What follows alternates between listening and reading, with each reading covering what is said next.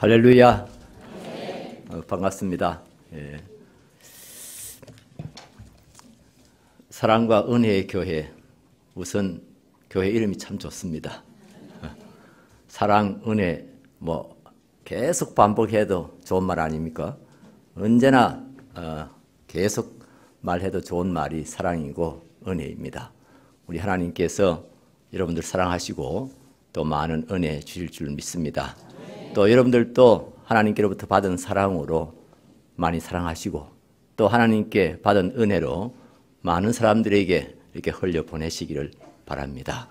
그래서 정말 이제 창립 1주년을 맞이하고 있는 사랑과 은혜의 교회가 앞으로 훌륭하고 건강한 교회, 정말 좋은 교회, 교회다운 교회 되어서 수많은 사람들에게 우리 하나님의 사랑과 그런 은혜를 플로잉할 수 있게 되기를 진심으로 기원해 마지 않습니다. 한국 교회가 근년에 와서 참 엄청난 이런 시련을 겪고 있습니다. 큰 어려움을 겪고 있습니다. 많은 경우 이제 이 도덕적인 윤리적인 그런 타락 때문에 한국 교회가 이렇게 큰 시련을 겪고 있다 그렇게 생각을 하고 있는데요. 물론 맞는 말이지만은 더 근본적인 문제가 있습니다. 더 큰 문제가 인본주의입니다. 이 윤리성의 문제보다도 더 하나님 앞에서의 더 심각한 문제가 인본주의입니다. 교회는 철저히 신본주의인데 신본주의 교회여야 하는데 교회가 심각하게 지금 인본주의로 이렇게 내몰려고 있고 또 그렇게 흘러왔습니다. 우리가 어떻게 이 인본주의를 극복하고 정말 교회의 본질인, 교회의 기초인 또 교회가 지향하고 있는 그 신본주의 그것을 다시 찾고 그런 교회를 세울 수 있을 것인가 하는 것은 우리에게 주어져 있는 참으로 큰 과업이 아닐 수가 없습니다. 여러분들 이왕 이렇게 정말 큰 비전을 가지고 교회를 새롭게 하자고 하는 정말 건강한 교회를 세우고자 하는 그런 열망을 가지고 여러분들께서 사랑과 은혜의 교회를 이렇게 개척하시고 창립하셨는데 정말 여러분들이 이 한국 교회를 갱신하고 개혁하는 일에 앞장설 수 있게 되기를 바라고요. 정말 신본주의 이 본래적인 이 교회의 기초에 정말 이 교회를 우뚝 세울 수 있기를 간절히 바람하지 않습니다. 이 구약시대의 가장 큰 문제가 무엇이었습니까? 이스라엘 백성들을 결국 망하게 만들어버린 이스라엘이 멸망을 당하고 아수르의 또 바벨론에 이렇게 끌려가고 저렇게 엄청난 수모를 당하고 하나님의 영광을 가리게 되어진 그 가장 큰 문제가 뭐였습니까? 우상숭배였습니다. 끊임없이 우상숭배에 빠졌습니다. 유일하시고 참되신 그 하나님 섬기고 그 하나님 말씀을 따라 살고 그 하나님께 영광을 돌리고 그 하나님께서 주시는 그 은혜와 축복 가운데서 살고 그래서 이방의 빛이 되어지고 이 만방의 열방의 복이 되어져야 하는데 이들이 끊임없이 이방 나라 사람들을 따라서 그 사람들의 우상, 그 사람들의 종교 거기에 계속 이렇게 끌려 들어가고 유혹을 받고 그걸 극복하지 못하고 그러다 보니까 그 나라가 그냥 망해버리게 되어진 것이죠. 이 신약 시대의 우상 숭배가 뭡니까? 신약 시대에 우리가 보이는 무슨 아세라상이라든지 바알상이라든지 이런 거 세워놓고 거기 가서 절하고 거기 가서 예배하고 이런 사람들 아무도 없습니다. 신약 시대의 우상 숭배가 바로 이 인본주의입니다. 이 인본주의가 신약 시대 교회들을 유혹하고 끊임없이 우리를 끌고 가려고 하고 있는 것이 바로 이것입니다. 이 인본주의에서 나온 것이 바로 소위 성장주의입니다. 인본주의에서 두드러지게 나타난 현상이 교회 성장주의입니다.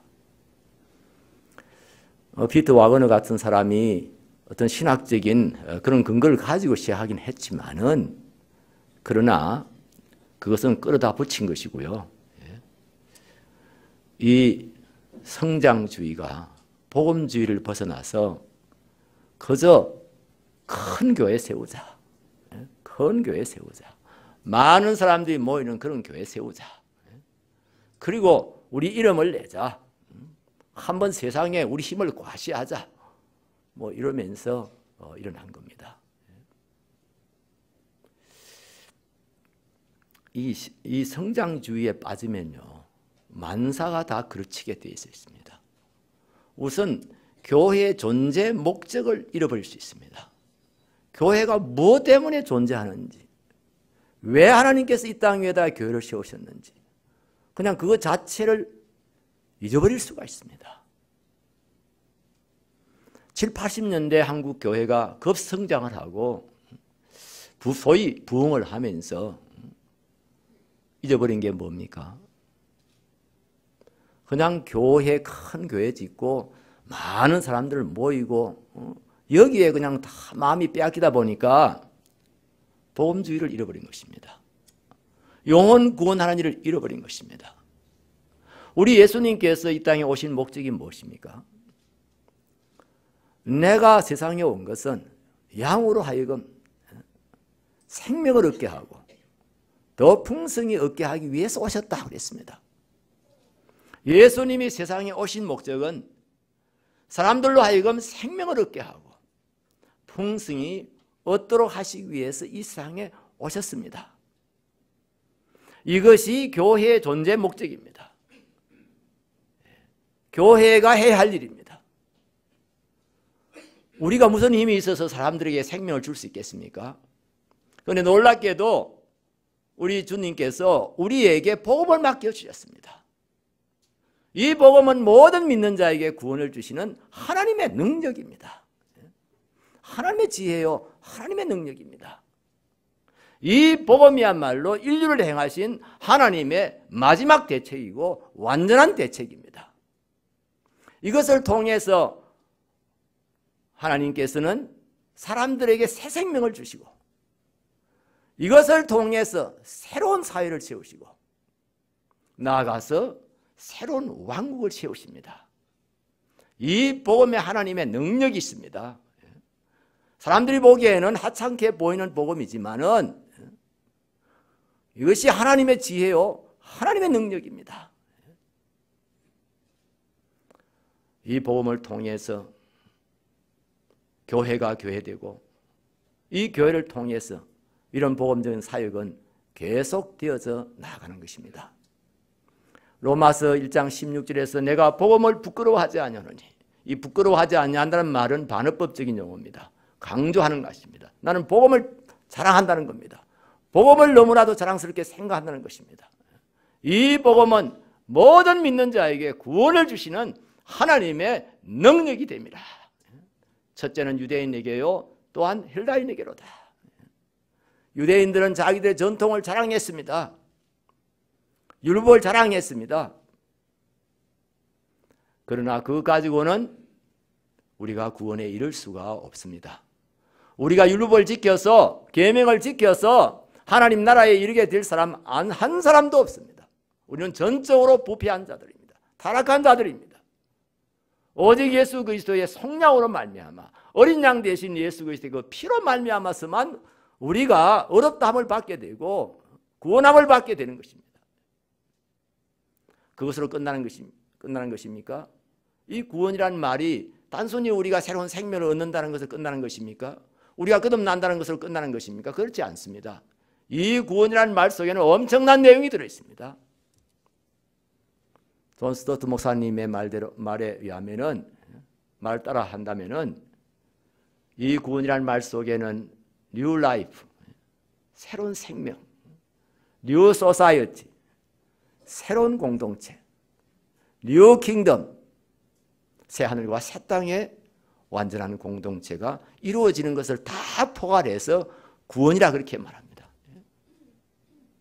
이런 능력 있는 복음을 우리에게 주셨고 그래서 이 복음을 통해서 우리가 사람들 하여금 생명을 얻게 하고, 그리고 단순히 목숨만 얻는 것이 아니라 하나님이 주신 생명 가운데서 풍성함을 누릴 수 있도록, 영적으로 행복하게 살아갈 수 있도록, 나 혼자만 그런 것이 아니라 우리 공동체가, 그리고 열방이 이루는 그 하나님의 나라에서 이런 하나님이 주시는 이 삶의 풍성함, 생명의 풍성함, 이것을 우리가 이루어 갈 수 있도록 우리 예수님께서 이 사명을 우리에게 맡겨주셨어요.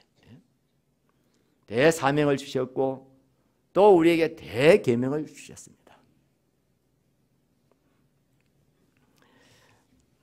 이 교회 존재 목적, 또 우리 성도의 이 사명, 우리가 성도가 붙들어야 될 그 대계명, 이것들을 우리가 다시 한 번 더 분명하게 확인할 필요가 있습니다. 성장주의는 이런 것에서 사람들을 그냥 혼란스럽게 만들어버렸습니다. 말은 복음 전해서 교회를 부흥시킨다 하지만은 실상은 그냥 사람 수 세는 데 급급했습니다. 사람 수 세는 데 급급했습니다. 성장주의는 사람을 존엄한 한 인격으로 보는 것이 아니라 그냥 수로 보는 겁니다. 우리 교회 몇 명 모이느냐? 수로 보는 겁니다. 그래서 소위 바벨탑 운동이 되어버린 겁니다. 교회 부흥 운동이 결과적으로는 바벨탑 운동이 되어버렸습니다. 이런 바벨탑 운동이 뭐예요? 탑을 높이 쌓아서 우리 이름을 내고 우리가 흩어짐을 면하자. 탑을 높이 쌓아서 교회 이름 내고 목사님 이름 내고 그리고 많이 모이자. 그게 바벨탑 운동입니다.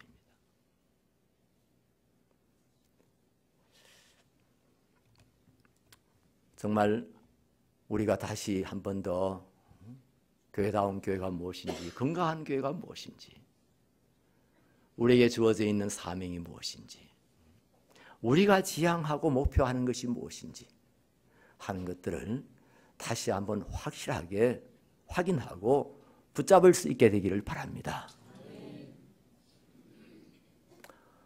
네, 여러분들 아마 대부분들은 마음의 상처를 가지고 여기 오신 분들이 많으리라 생각합니다. 사실 제가 처음 제가 강사로 이렇게 초청받을 때는 제가 몰랐습니다. 사랑과 은혜의 교회가 하나 생겼나 보다 이렇게만 생각했습니다. 그래서 조그마한 개척교회를 아마 새로 시작했나 보다 이렇게 생각했습니다. 나중에 제가 우리 주 목사님이 나중에 알려주어서 제가 알았습니다. 저는 잠실 중앙교회에 있을 때, 그때 부목사로 있을 때 3년 동안 교회가 싸웠습니다. 엄청난 분쟁에 휩쓸렸습니다. 그런 것을 경험한 사람이고, 또 어쩌다가 거기에서 제가 담임이 돼가지고 참 교회를 수습한다고 전화라면 엄청난 제 표현으로 그냥 솔직한 표현으로 죽을 고생을 했댔습니다. 그래서 적어도 제가 여러분들의 마음은 어느 정도는 이해할 수 있습니다. 그런데 그때 제 경험에 의하면 하나의 오기라 할까요? 어떤 무슨 욕심이라 할까요? 정말 교회다운 교회 한번 세워보자. 정말 성경이 우리에게 보여주는, 성경이 우리에게 보여주는 그 교회상을 찾아서 정말 교회다운 교회, 건강한 교회, 계획주의 교회상 한번 우리 제대로 한번 해보자. 그런 열망이 있었습니다. 저 개인적으로 그런 열망이 있었습니다. 정말 그런 열망이 있었습니다. 교회가 무너지는 것을, 사람들이 다 무너지고 있는 것을 제가 보면서 처음에는 엄청나게 낙담했습니다만은 저 믿음이 다 떨어지고 그냥 제가 믿음이 정말 바닥을 쳤습니다. 이제 교회가 뭔지, 거듭난다는 게 뭔지, 목사가 되고 장로가 된다는 게 뭔지, 모든 게 다 그냥 다 흔들려 버렸습니다. 그런 가운데서 그래도 모태신앙의 저력인지 모르겠습니다. 아니야. 정말 하나님이 세우신 교회가 있을 거야. 하나님께서 분명히 우리 성경에서 교회가 어떠해야 된다는 것을 보여주고 있어요. 역사적으로 교회들이 많이 타락하고 교회들이 많은 문제도 많았지만은 그러나 분명히 건강한 교회 있었고 교회다운 교회가 있었어요. 한번 그런 교회를 찾아서 세워보자 하는 것이 저의 열망이었고 그 당시에 그 풍파를 겪었던 많은 성도들, 뜻있는 성도들의 열망이었습니다. 아마 여러분들에게도 그런 열망이 있으리라 생각합니다. 그래서 제가 오늘 제목을 신본주의 교회 회복이라고 이렇게 잡아봤습니다.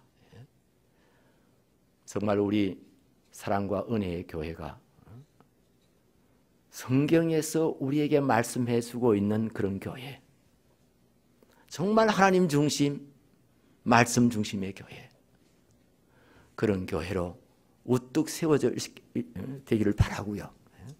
그런 바라는 마음으로 함께 말씀을 나누고자 합니다.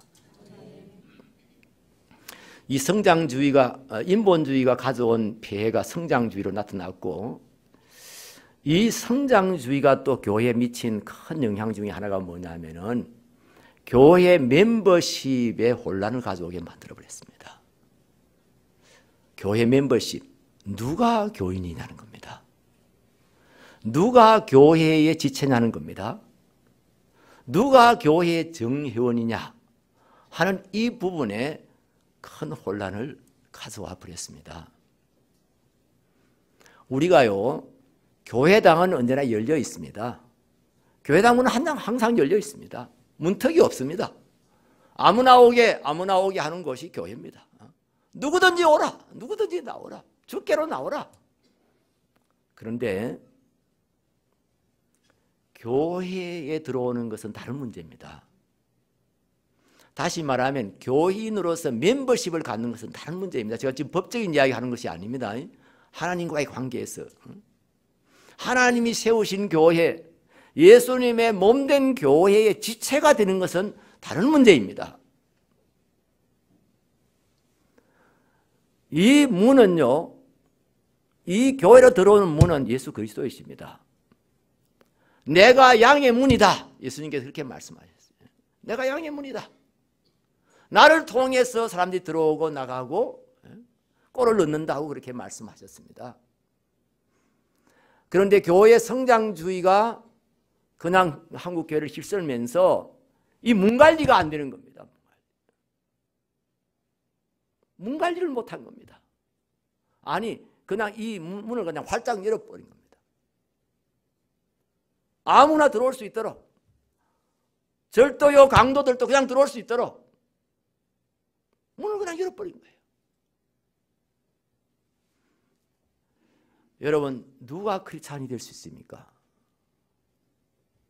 누가 그리스도의 몸된 교회의 지체가 될 수 있습니까? 회개하고 예수 그리스도의 속량을 믿고 예수님 영접하고 하나님 나라를 믿고 그 하나님 나라를 바라보면서 사는 사람 아닙니까? 그냥 가장 간단히 이야기했어. 가장 간단히 이야기했어. 자기를 부인하고 자기 십자가를 지는 사람들. 나는 그리스도와 함께 십자가에 못 박혀 죽었다. 내가 산 것은 나를 위하여 십자가에 피 흘려 주신 예수 그리스도를 믿는 믿음 안에서 사는 것이다. 갈라디아서 2장 22절, 내가 그리스도와 함께 십자가에 못 박혔나니 그런 적 이제는 내가 산 것이 아니요 오직 내 안에 그리스도께서 사신 것이라. 이제 내가 육체 가운데 사는 것은 나를 사랑하사 나를 위하여 자기 몸을 버리신 하나님의 아들을 믿는 믿음 안에서 사는 것이라. 아멘. 이 고백이 분명한 사람이에요. 이 고백이 분명한 사람이 세례를 받아야 되고, 이 고백이 분명한 사람이 교회에 들어오는 겁니다. 그런데 교회의 성장, 교회를 키워야 되니까요. 어쨌든 교인들 많게 해야 되니까요. 큰 교회 세워야 되니까요. 이 문을 그냥 열어버린 겁니다. 그래서 자기가 세례 받고 싶다고 그러면은 그냥 아무나 세례를, 심지어 세례 안 받을 사람들을 막 위협을 해서 세례 받도록 만들고 그랬습니다. 그걸 노골적으로 한 것이 이제 군대죠, 군대. 소위 군대에서 합동 세례식. 제가 그걸 해봐서 잘 압니다. 제가 군종이었는데요. 제가 군에 있을 때 한참 이 정군 신자화 운동이 일어났습니다. 그 정군 신자화 운동이 일어난 것은 굉장히 은혜롭습니다. 그 한 번은요, 제가 군에 있을 때인데 그 한신 장군이라고 제1군 사령관이었습니다. 나이 많으신 분들은 아마 들어봤을 거예요. 그분은 아주 모노와 같은, 아주 괴짜와 같은 분이신데 아주 대단한 그런 장군으로 알려져 있습니다. 사성 장군이었는데 이분이 어느 날인가 군목들을 다 자기 사령부로 이렇게 소집을 했습니다. 목사님들 이렇게 다 모아놓고 일장 연설을 했는데 원래 군인들이 그렇게 연설 잘하는 사람들은 아니잖아요. 이분도 이렇게 연설 잘하거나 그런 사람은 아니었는데, 그런데 연설 잘한다는 게 뭘까요? 한번 들으면 안 잊어버리고, 그리고 그 말 들으면서 우리 같으면 은혜 받는 것이고, 이제 일반적으로 말하면 감동을 받는 것 아니겠습니까? 이분이 목사님들 다 모아놓고 그랬다고 그래요. 우리 목사님 갔다 오셔가지고 우리한테 이제 그렇게 이야기하셨어요. 여러분, 지금 옛날에는 강원도 골짜기에 호랑이가 있었습니다. 강원도 골짜기에서 호랑이 새끼들이 나왔습니다. 그런데 지금은 호랑이들이 거의 멸종이 되어버렸습니다. 그러나 앞으로는 이 강원도 골짜기에서 하나님의 새끼들이 나오도록 합시다.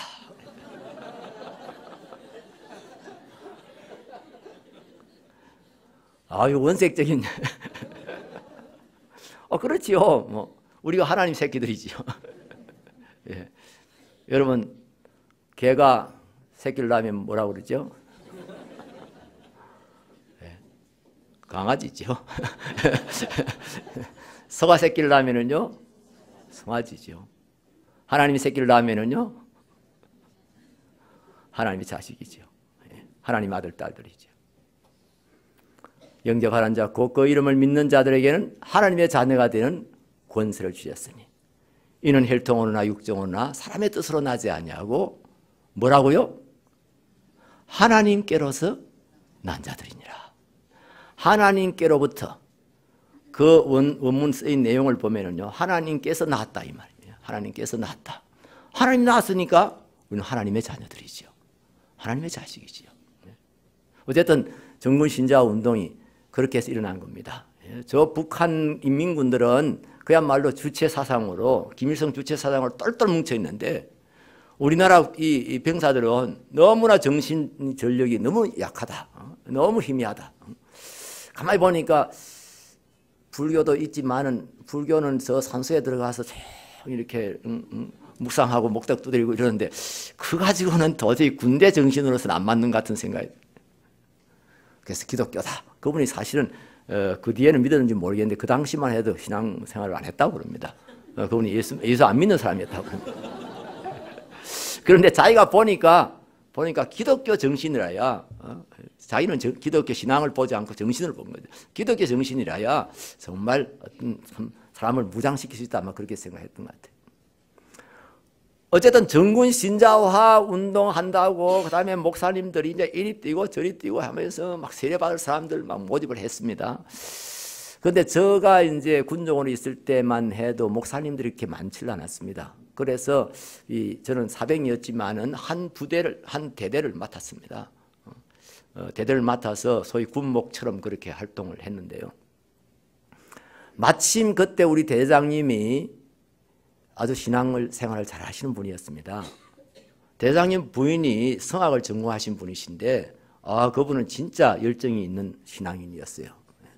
그러다 보니까 이제 오다가 떨어졌습니다. 사단에서 사단에서 오다가 떨어졌는데 37년대에서 적어도 1000명 이상 만들어내라. 세례받을 사람. 이렇게 오다가 떨어졌어요.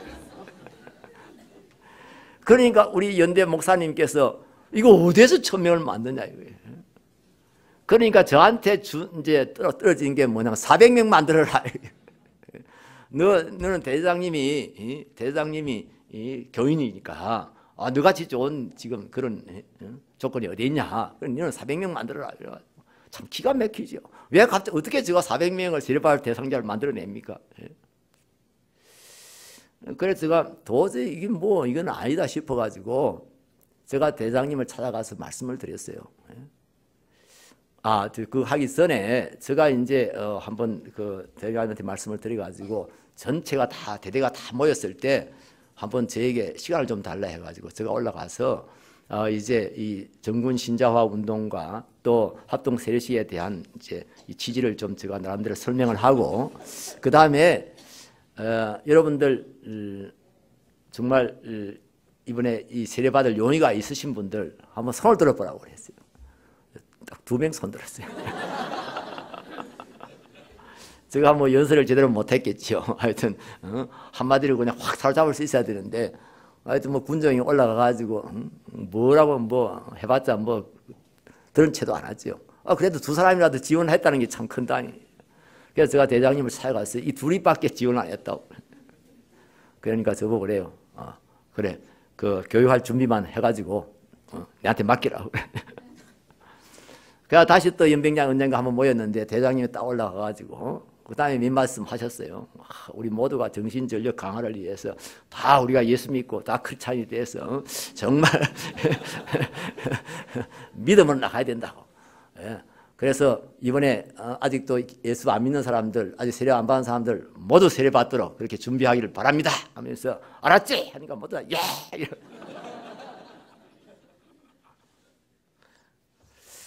뭐 그 이야기 다 하려면 끝이 없고요. 어쨌든 그런 식으로 교회 안에서도 그런 식으로 사실 이루어졌어요.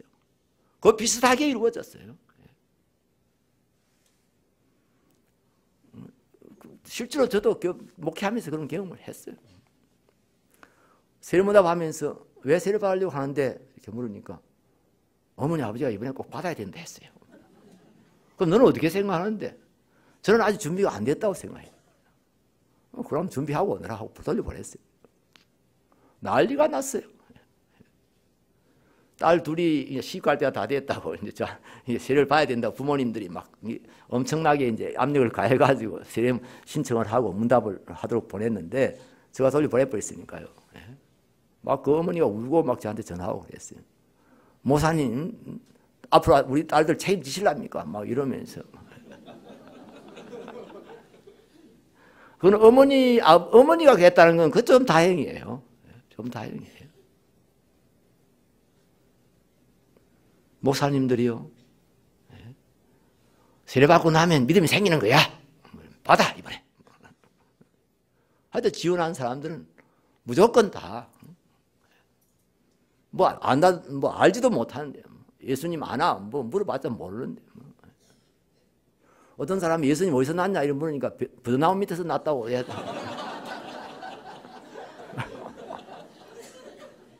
하여튼 막 그런 사람들도 그냥 세례 받겠다면 다 세례 베풀. 그래서 실제로 그리스도를 제대로 알지도 못하고 알면서도 믿지 않는 사람들을 세례를 베풀어서 교회 안에 멤버십을 갖도록 만들었다. 교회 지체가 되도록 만들었다.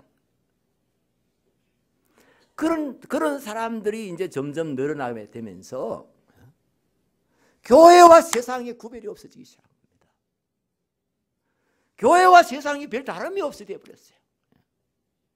정말 자기를 부인하고 자기 십자가를 지는 그런 회개가 있어야 되고 십자가를 지신 예수 그리스도의 그 피 흘리심이 어떤 의미를 갖는 것인지 내게 어떤 의미로 다가오는 것인지 그 십자가 앞에서 자기 결단이 있어야 되는 것이고 그리고 이제는 이 세상 중심으로 사는 것이 아니라 우리에게 주어져 있는 이 하나님의 나라 이미 임하여 있고 장차 완성될 그 하나님 나라의 자기가 백성이라는 것을 알고 그런 정체성을 분명히 가지고 살겠다고 하는 사람들, 그런 사람들에게 세례가 베풀어져야 되는데 그렇지 못하다 보니까 교회와 세상에 구별이 없어져 버린 거예요.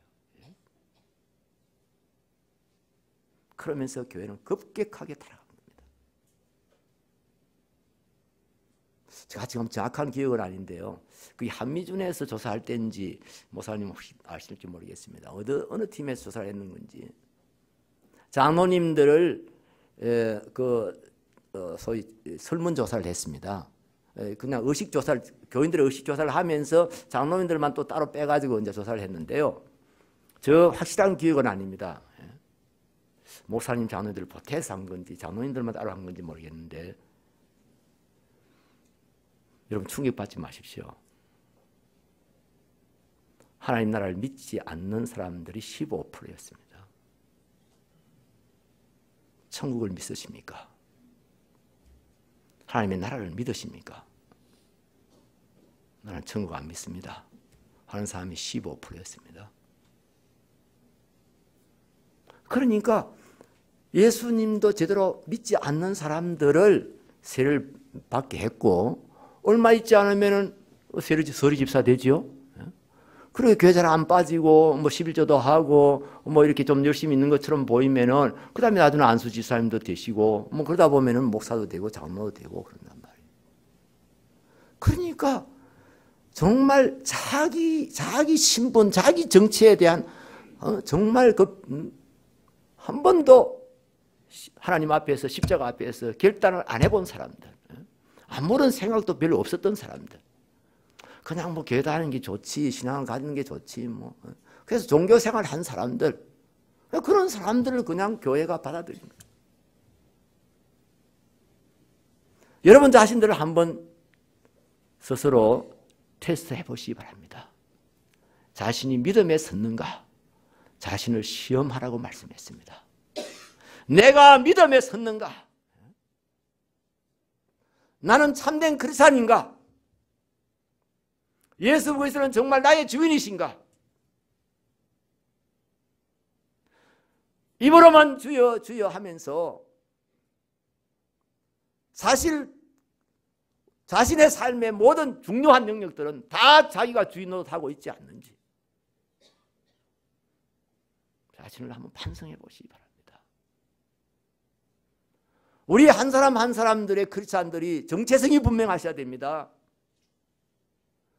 참된 신자가 되어야 됩니다. 건강한 성도가 되셔야 됩니다. 그래야 그런 사람들이 모인 공동체가 건강한 교회가 되는 겁니다.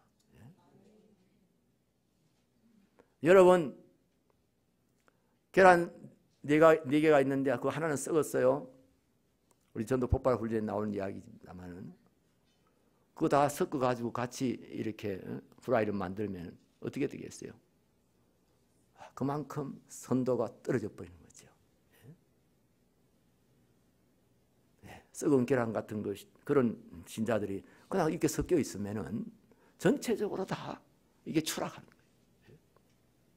그런데 지금은 수많은 사람들이, 교회 안에 수많은 사람들이 정말 진정한 믿음을 갖지 못한 사람들, 정말 예수 그리스도의 십자가 앞에 자신을 던진 사람들, 그런 사람들이 그렇게 많지 않단 말이에요. 그러니까 교회가 허약할 수밖에 없는 거예요.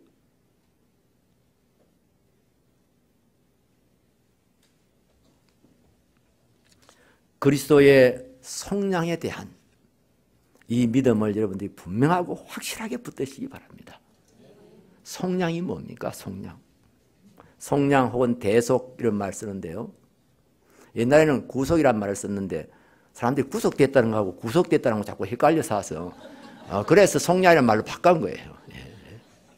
이게 한자를 안 보고 읽다 보니까 이게 똑같은 발음인데 이게 뜻은 완전히 반대란 말이에요. 구속됐다는 걸 묶여갔다는 이야기야. 구속됐다면 해방됐다는 말 아니에요. 실제로 우리 교회에 잠시 있을 때 그런 일이 있었어요. 저는 세례를 굉장히 좀 철저하게 이렇게 합니다. 소위 문 관리를 철저하게 해야 된다는 것 때문에. 그래서 초급반 꼭 저한테서 와서 12주 동안 공부해야 되고 성경 한번 읽어야 되고 그다음에 자신의 신앙 고백서를 제출해야 됩니다. 그럼 이제 저한테 와서 이제 마지막 인터뷰를 합니다. 제가 마지막 인터뷰할 때 별거 묻지 않습니다. 한두 가지만 묻는데요. 그리스도의 속량, 그때 구속이죠. 그리스도의 구속이 뭔지 아십니까? 그리스도의 구속을 믿으십니까? 제가 되게 그 질문을 합니다. 근데 벌써 소문이 나가지고 다들 컨닝하고 들어옵니다.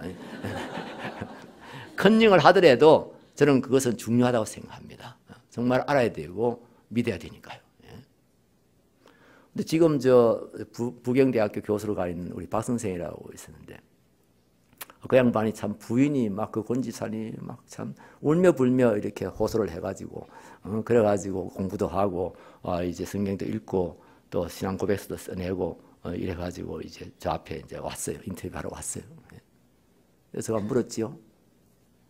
아이, 박 박사. 그리스도의 구속을 아나? 예. 믿나? 예. 한번 설명 한번 해보라. 그게 무슨 뜻이에요? 그랬더니 예. 전에는 제가 세상에 구속되어 있었는데요. 이제는 예수님에게 구속된다는 말 아닐까요? 이러나. 뜻으로 보면 굉장히 은혜로운 이야기.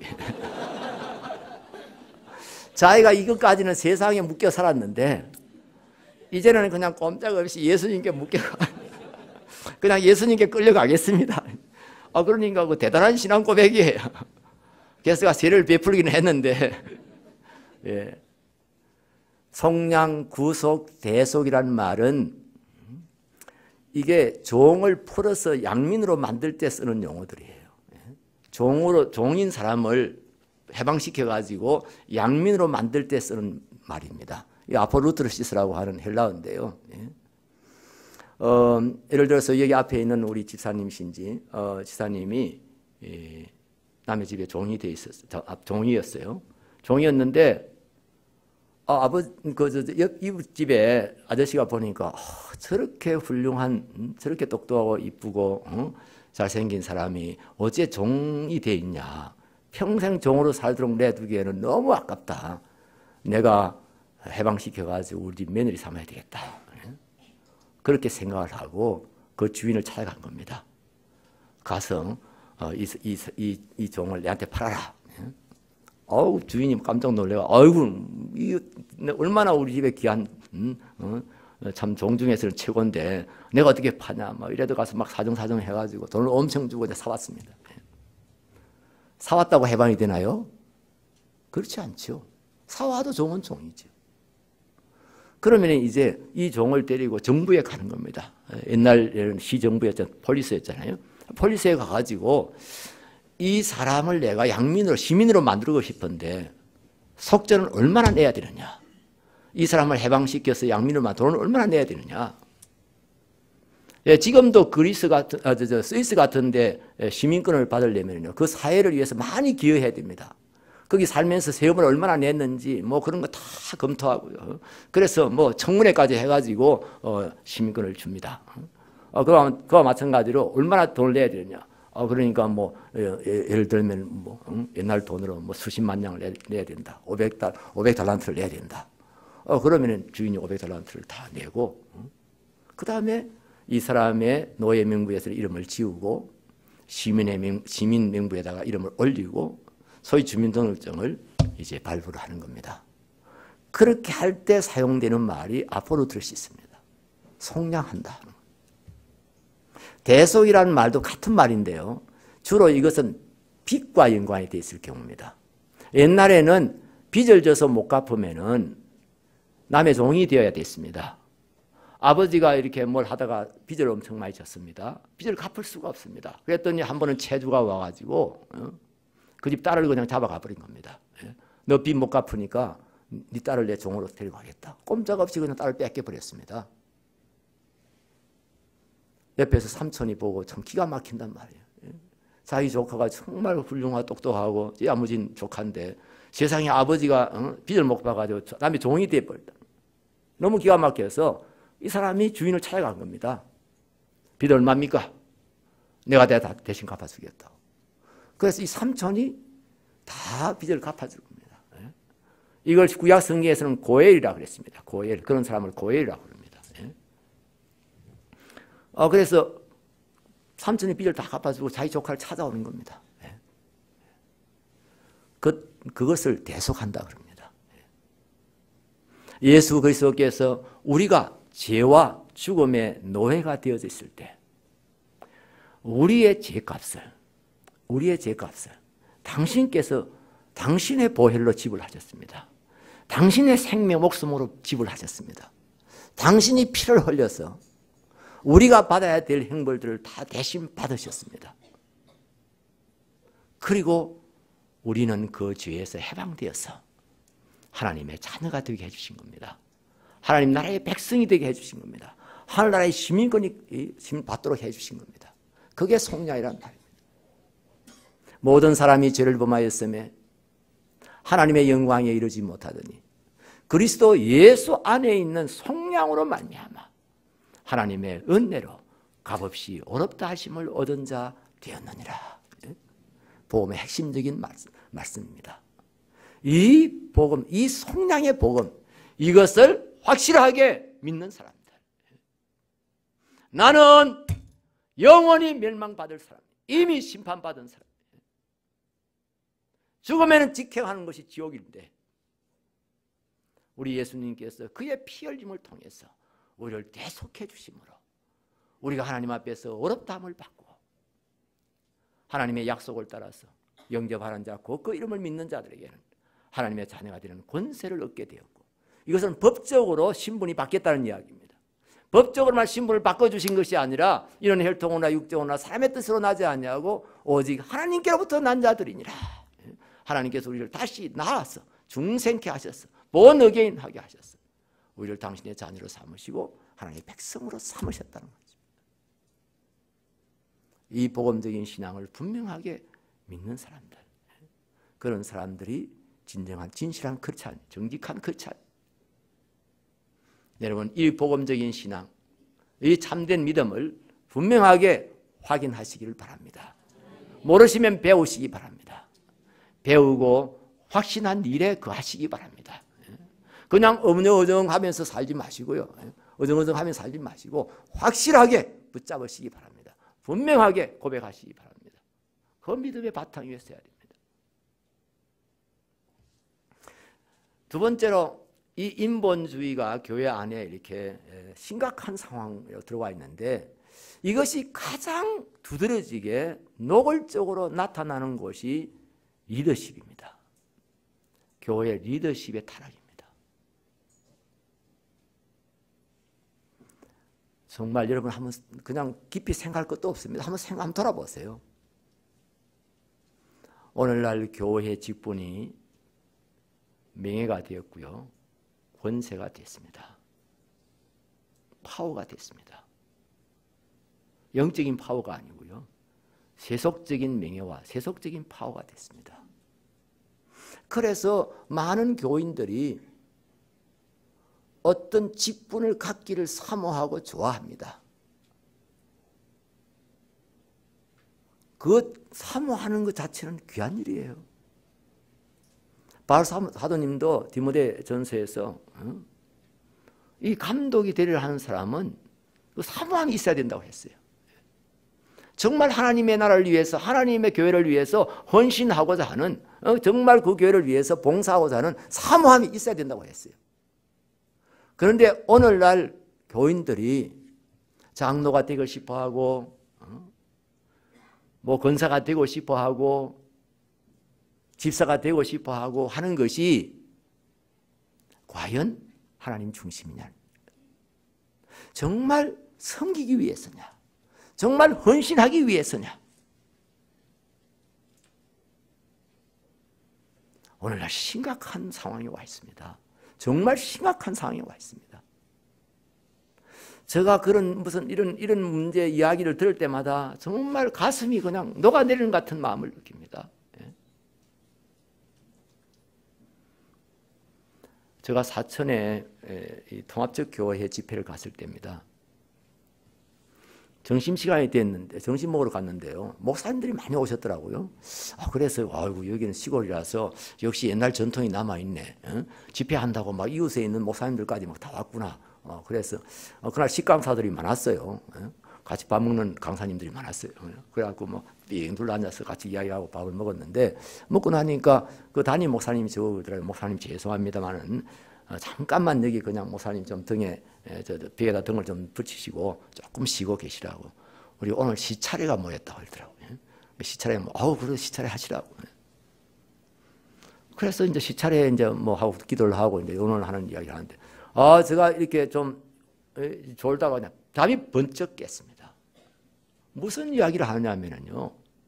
그 시찰내 어느 교회에 분쟁이 일어났는데 한 80명 내지 100명 모이는 작은 교회인데 거기는 목사님 한 분하고 장로님 한 분만 이제 계셨습니다.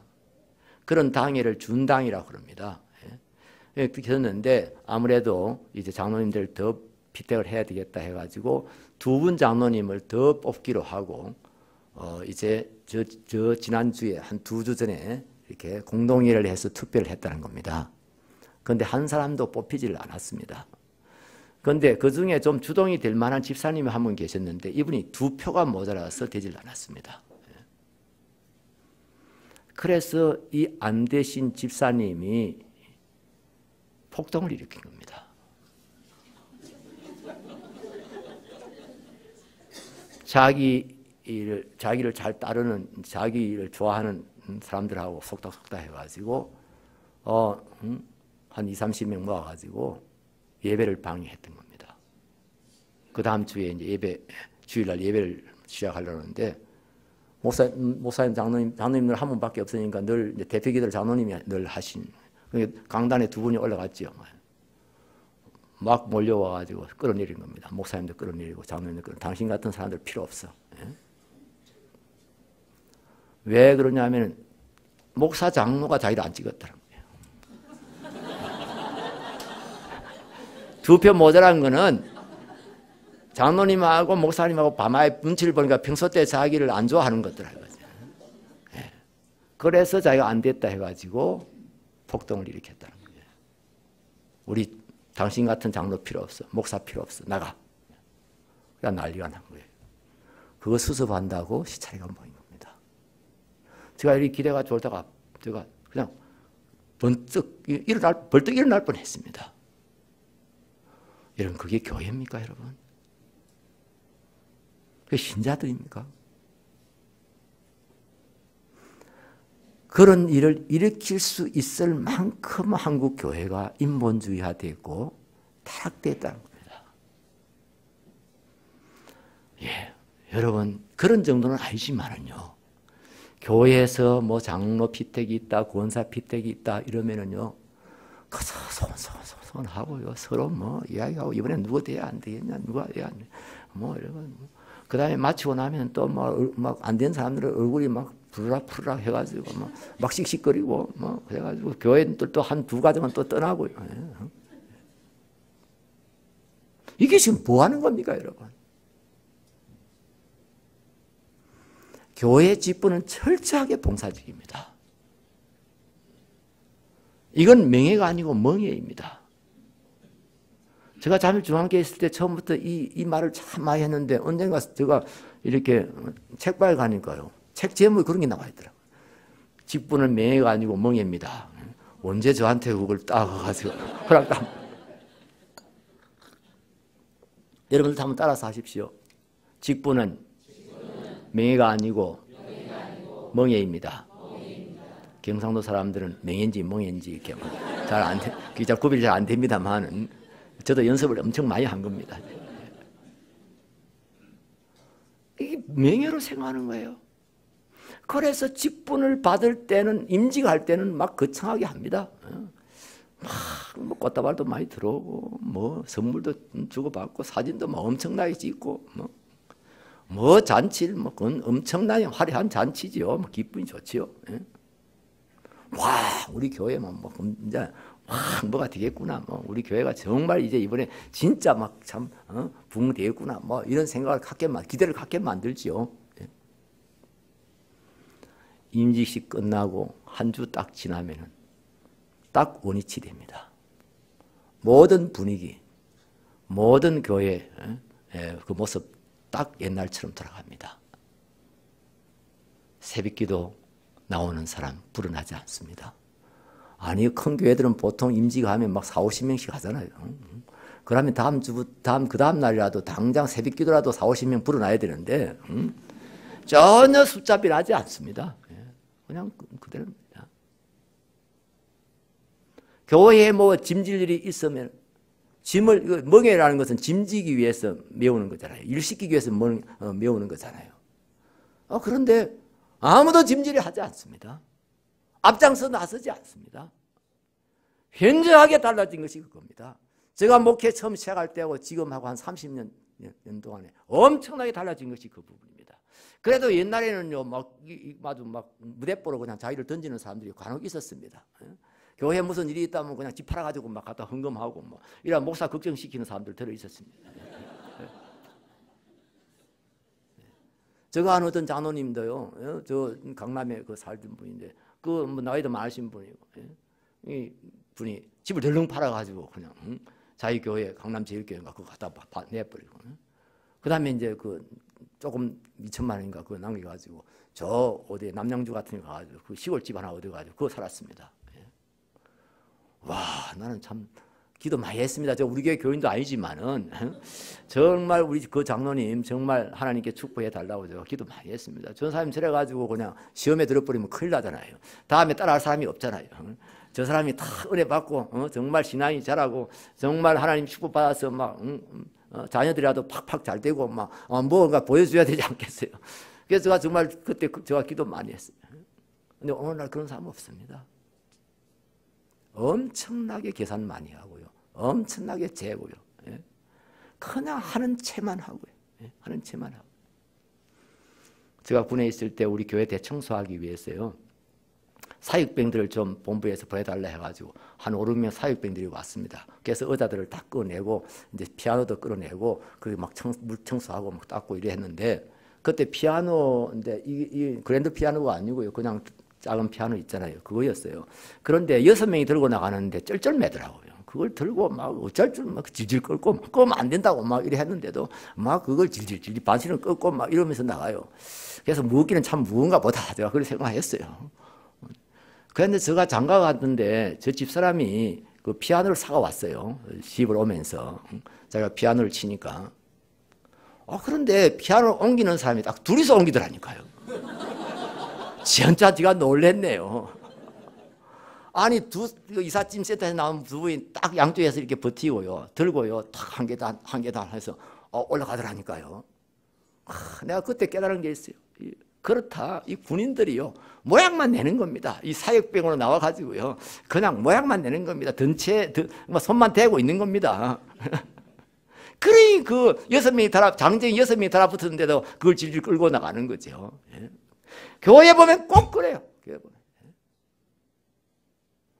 그 정도 일이면은 뭐 그냥 우리 교인들이 그냥 딱 달아붙으면은 우리 재직들 몇 사람이라도 딱 몸 딱 갖다 붙이면은 딱 해낼 수 있는 일인데 다들 그냥 하는 죄만 하고 손만 대고 체면만 세우고 막 이러고 있는 거예요.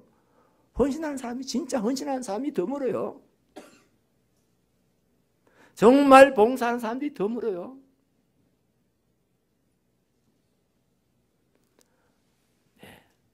이게 인본주의화 되어버리는 것이에요. 얼마나 이게 심각한 문제인지요. 여러분 민수기 한번 보세요. 민수기 8장 한번 보세요. 거기 보면 레위인들을 이임식을 합니다. 레위인들을 세웁니다. 그 이임식이 나옵니다. 그 아주 엄중하게 합니다. 엄청나게 막 거룩하게 성결되게 막 그렇게 이임식을 합니다. 그렇게 해가지고 시킨 게 뭡니까? 시킨 일이 뭔지 아십니까? 짐지는 일입니다. 짐지는 일입니다. 그 당시에는 순례하는 광야교회였지 않습니까? 그래서 이제 진을 치고 있다가 제사장이 나팔을 뚜 하고 울려서 불면은 그 다음에 이 레위인들은 빨리 자기 짐을 챙겨가지고 이제 딱 단도를 해놓고 그 다음에 딱 출발 준비를 해놓고는 어디로 갑니까? 그 다음에 전부 다 이제 성막으로 가는 거죠. 성막에 가면 뭐 게르손 자손, 무라리 자손, 고앗 자손, 그 다음에 어떤 가족들은 어떤 가족은 다 이렇게 분배가 되어 있습니다. 그걸 딱 챙겨가지고 자기 짐 지고 그걸 딱 거기에다 들지고 그 다음에 행군을 하는 겁니다. 행진을 하는 겁니다. 그 레위인들이 바로 오늘날 교회의 재직 아닙니까? 신약교회. 우리 재직들은 물론 자기 사업도 있고 자기 집도 있고 다 해야 될 일이 있죠. 그런데 하나님의 집에 교회에 할 일이 있을 때 빨리 자기 집 단도를 해놓고 뛰어와서 정말 몸을 딱 붙여서 어깨를 딱 들이대서 교회 짐을 지는 거죠. 그 짐지라고 직분자들을 세운 겁니다. 짐질 생각은 안 하고 아주 자기 자존심, 자기가 이 교회 무슨 창립할 때 공로자라고 하는 거. 여러분들이 지금 아마 전부 다 공로자, 이 공로자가 너무 많아서 앞으로 큰일. 창립할 때 다 참석하셨으니까. 예. 여러분 절대 그런 의식 갖지 마시기 바랍니다. 예. 다 자기 주장 그냥 내가 장로인데 이렇게 나오고요. 예. 내가 담임 목사인데 말이야. 내가 성직자인데 이래가 나오고요. 여러분, 이거 도토리 기저귀 하기 시작하면은요, 이 끝도 갓도 없습니다. 그냥 교회가 내려앉는 겁니다. 교회 주인이 누구십니까? 하나님이십니다. 그리스도이십니다. 교회 머리 되신 분이 그리스도이십니다. 나의 주님이 그리스도이십니다. 주인을 주인되게 해야 되는 겁니다. 주인을 주인되게 하죠. 제가 대행교회를 싫어하는 사람도 아니고 대행교회라고 해서 다 나쁜 것도 아니고 또 대행교회 하고 싶다 해서 대행교회 들은 것도 아니고 다 하나님 주시는 은혜대로 이렇게 되는 줄 압니다만은 대행교회에 위험함이 있습니다. 위험함이 있습니다. 예. 여러분 정말 영혼 구원하는 데 집중하시고요. 교회 크게 하는데 관심을 다 빼시기 바랍니다. 네. 정말 한 영, 천하보다 귀한 한 영혼을 구원하는 이런 일에, 그리고 정말 한 사람 한 사람을 주의 그리스도의 제자로 양육하는 이런 일에 우리가 초점을 맞추고요. 네. 지금 얼마 모이냐, 얼마나 크냐, 이런 데 이제 여러분들 좀 제발 좀 그 관심을 끄시기 바랍니다. 네. 그리고 주인 노릇 하지 마시고. 철저하게 그리스도가 주인이라는 사실을 고백하셔야 돼요. 이 대행교회 문제점이 뭐냐면요. 목사 자신이 원하든 원치 않든 목사가 절대권을 가지게 되는 겁니다. 교인들이 몇천 명 되고요. 아니 나중에 10,000명 되고 이렇게 되면은요. 이거는 어쩔 수 없이 독재가 이루어져야 됩니다. 이루어질 수밖에 없게 되어 있습니다. 그 큰 교회 언제 다 의논하고 이렇게 토론하고 이래가지고 언제 컨센서스를 해가지고 이루어가지고 그래서 힘들거든요.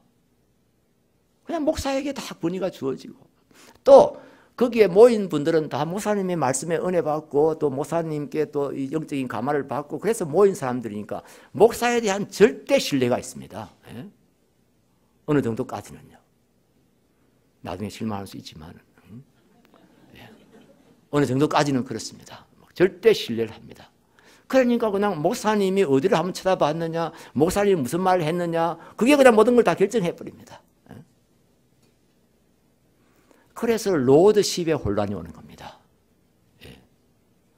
누가 이 교회, 이 공동체의 주인이냐 하는 것에 혼란이 오는 겁니다. 옛날에 한 20, 30년 됐을 거예요. 옛날에 그 월간 조선에서 제가 읽은 거예요. 정말 그야말로 초대형 교회 목사님, 이 목사님은 언제나 이 보디가드가 있어야 돼요. 막 교인들이 너무 달라들기 때문에 목사님한테 위해를 입히기 위해 달라드는 게 아니고 그냥 목사님이라도 한번 손이라도 닦고 싶고 목사님 손수건이라도 어떻게 하나 뺏어가지고 자기 집에 가서 그거 덮고 안수기도를 받는지 뭔지 모르지만 하여튼 그러고 싶어가지고 그냥 목사님께 안수기도 받아 머리 들이대고 이러니까 꼭 목사님이 이제 나오실 때는 딱 보디가드가 딱 옆에 서서 지켜야 돼. 근데 그 목사님이 하루는 그냥 기도원에 가서 뒷문으로 나갔어요. 뒷문으로 나가는 줄을 모르고 이 보디가드들은 다 앞문에 와 있었던 거예요. 정문에. 그래서 보디가드가 없이 목사님 나가신 거예요. 그랬다가 엄청난 봉변을 당했어요. 봉변이 아니지만은 그 교인들이 혹시 목사님이 나올지도 모른다 이래가지고 다 뒤에 가서 서 있고 있다.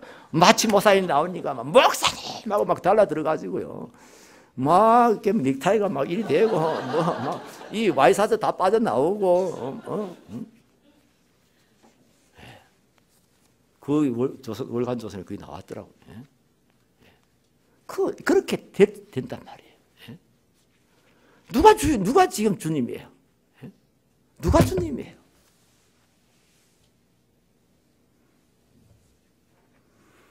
그래서 정말 우리 이 리더십, 교회 리더가 누구냐 말이에요. 그리스도시고 주님이시란 말이에요. 그분이 우리에게 이런 봉사하라고 이런 일을 맡겨주신 거예요. 그래서 우리는 목사가 되었든 장로가 되었든 우리는 다 종이에요. 다 주님의 종이에요. 종의 신분을 가져야 되죠. 종의 신분을 그냥 하다 보니 뭐 종의 신분을 가버리고 그냥 종님이 돼버린단 말이에요. 이게 말이 안 되는 말이잖아요. 그죠? 옛날에 그 김경래 장로님이 그라는 분이 우리 고신에 지금 나이 많으신 분, 아주 나이 많으신 분인데 그분이 그 한 이야기예요. 어느 글에다 썼더라고요. 종님이 그게 어째 말이 되냐? 종을 갖다 붙이려면 뒤에 말이 달라져야 되는 거 아니냐? 종놈이지 어떻게 종님이냐? 그래서 차라리 그냥 그런 말 붙일 종님이라 살려고 그 이상한 말 하지 말고 그냥 그럼 목사님, 장로님 그렇게 하지 뭐 종님이냐 뭐 이런 이야기도 나오고 했지요. 정말 우리가 주님의 종이라고 하는 것. 그리고 우리 주님께서 가장 강하게 교훈하시고 가장 강하게 우리에게 가르쳐 주신 것이 봉사하고 헌신하는 것이라고 하는 거예요. 예수님 십자가를 지시기 직전에 분명하게 너무나도 확실하게 가르쳐 주신 것이 있잖아요. 너희들이 어떤 이 되고 싶으냐? 그러면 종이 되어라. 내가 온 것은 섬김을 받으려 함이 아니라 도리어 섬기려 하고 많은 사람을 위한 대속물로 주려 함이니라. 자기를 대속물로 대속물 다른 말로 하면 희생 제물로 내놓기 위해서 오셨다는 거예요.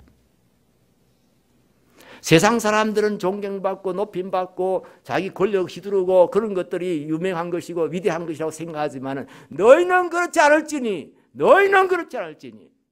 완전히 가치관을 딱 바꾸어 줬습니다.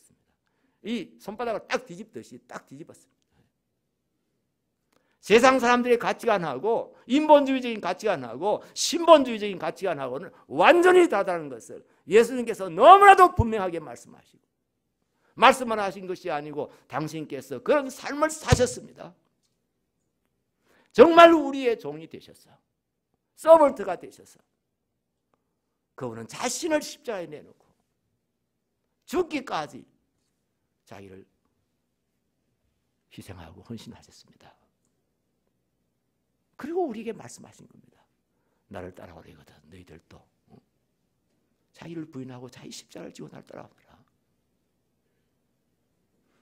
목회해보면은요, 교회에서 자존심 좀 상했다고 그냥 하나님도 버리는 사람들이 있습니다. 아직도 그 에고이즘, 그 자존심이 죽지 않아가지고요. 죽지 않아가지고.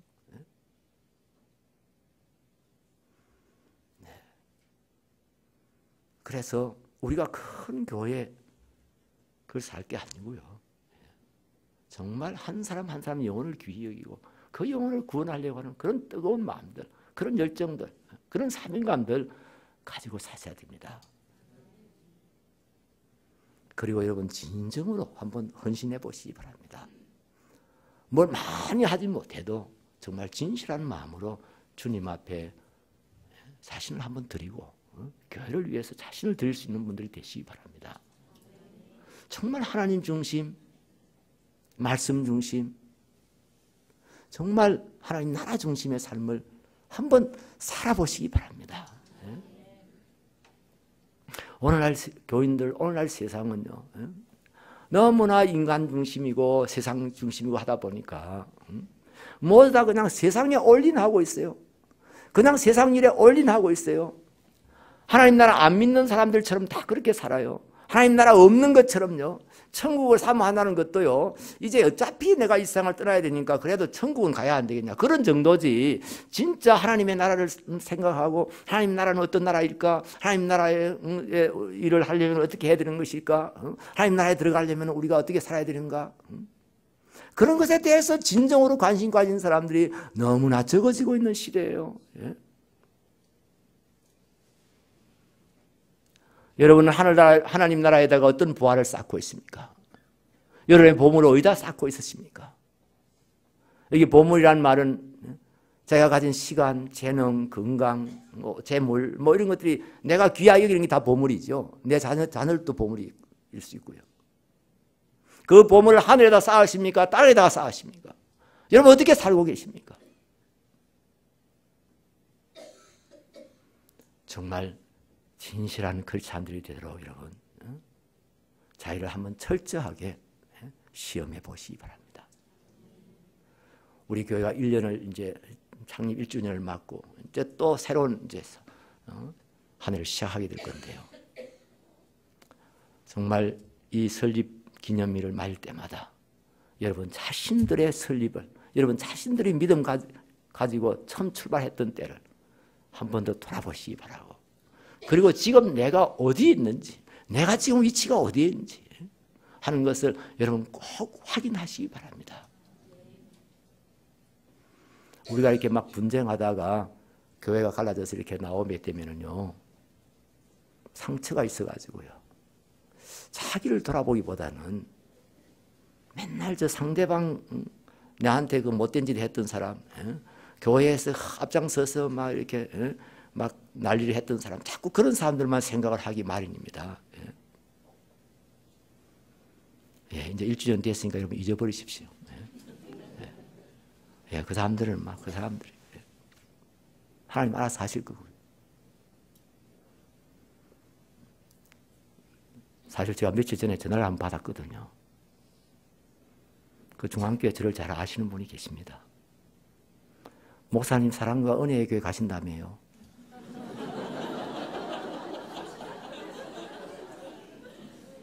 목사님 알고 가십니까? 모르고 가십니까? 그때는 마침 이제 우리 주목사님 알려줬을 때예요. 왜 그런 교회를 함부로 가십니까? 와, 그래요. 사람들이 그래요. 상대방은 아주 그냥 싸울 때는요. 상대방은 마귀로 생각해요. 그래서 막 마귀들과 싸울지라 막 열정을 내는 거예요. 여러분 혹시 여러분의 생각에도 그런 것이 있다면 다 던져버리세요. 이제는 다 던져버리세요. 자신이 정말 하나님 앞에 어떻게 서 있는지 내가 어떻게 서 있는지 자신을 깊이 돌아보시기 바랍니다. 정말 내 멤버십은 분명한지 또 내가 교회 직분자라면 나의 직분은 정말 성경적인지 내가 지금 성경적으로 직분을 수행하면서 살고 있는지 자신을 깊이 시험해 보시기 바랍니다. 그래서 날로 여러분 자신들이 갱신되어지시고요.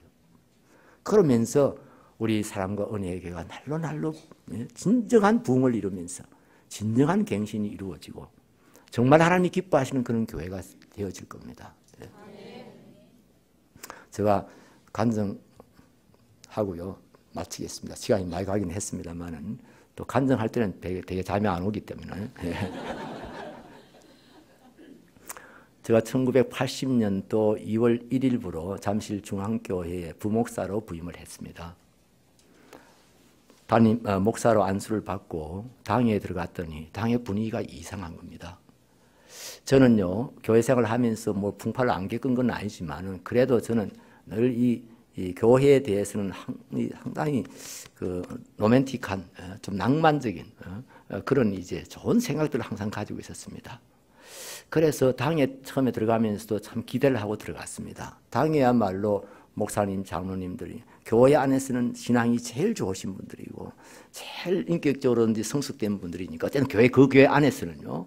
그러니까 얼마나 그 당이라는 공동체가 얼마나 아름답고 좋을까 그렇게 생각하고 들어갔는데 영 아닌 거 있지요. 그래서 제가 막 낙담을 했습니다.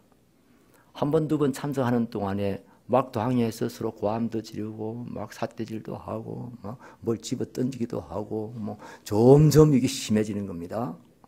와이고 내가 이 당에 참석해서는 안 되겠구나 막 이런 생각이 들어요. 그러다가 그것이 이제 밖으로 퍼져나왔습니다. 당에서 그걸 싸우는데 그게 어떻게 밖으로 안 나오겠어요? 그래가지고 이제는 교인들이 쫙 갈라졌습니다.